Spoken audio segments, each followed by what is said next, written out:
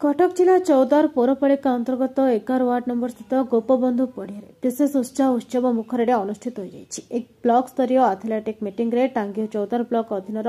19 अधिक स्कूल छात्र छात्री भाग नहीं विभिन्न दौड़ लंग जंप उच्च जंप जाभेलिन और अन्य खेल में क्रीड़ा कौशल प्रदर्शन करते क्रीड़ा सांसद और आयोजक मैंने कही एथलेटिक मीट द्वारा पिलामानकर क्रीड़ा प्रति आग्रह वृद्धि पाइब पूर्ण जीवन में एक उच्च लक्ष्य प्राप्ति प्रेरणा मिल मन से दिलीप कुमार छता कार्यकारी सभापति टांगी चौदार ब्लॉक एथलेटिक एसोसिएशन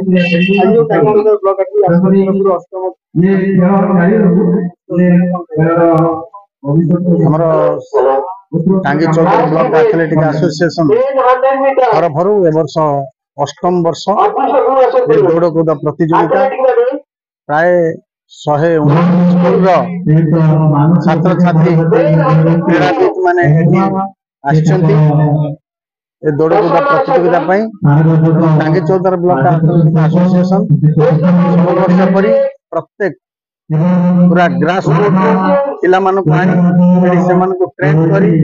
आगे को बढ़ेबारे ए संस्था सब बड़े सहयोग करूछ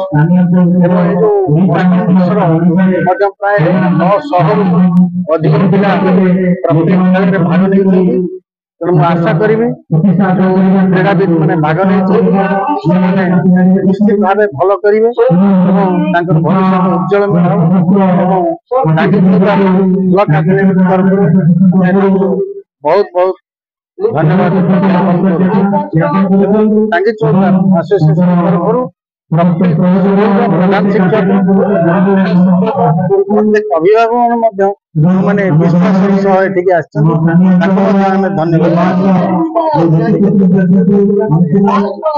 प्राय 119 स्कूल रू पिला भाग नहीं 900 पिला भाग नहीं मु मानस बसंतिया senior manager public relation Chavdar इम्फा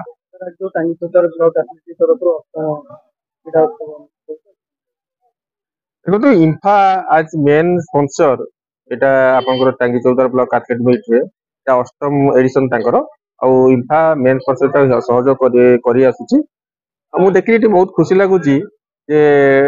पाखापाखि 1000 रु ऊर्ध्व पिला विभिन्न वर्ग रे 9 रु ऊर्ध्व पिला पार्टिसिपेशन कर देखुची पिला जो एंथुजियाज्म अच्छी नो डाउट एटी गोटे क्रीडार स्पोर्ट्स गोटे हब सृष्टि हो पारे पिला एते सकाळु आसिक पहुंचवा मतलब लगुच कोना गोटे ताक भीतर एते जुनून अच्छी आगु को टांगी चौदार खेल इतिहास रे गोटे भल प्रभाव पकड़ क्रीडाविद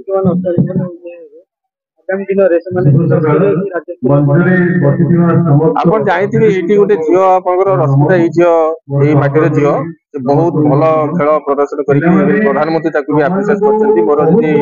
ना मन पकड़ रश्मिता साहू बोधे तेणुक नो डाउट माटी बहुत किसी प्रतिभा अच्छा खेल भी गोटे अन्यतम।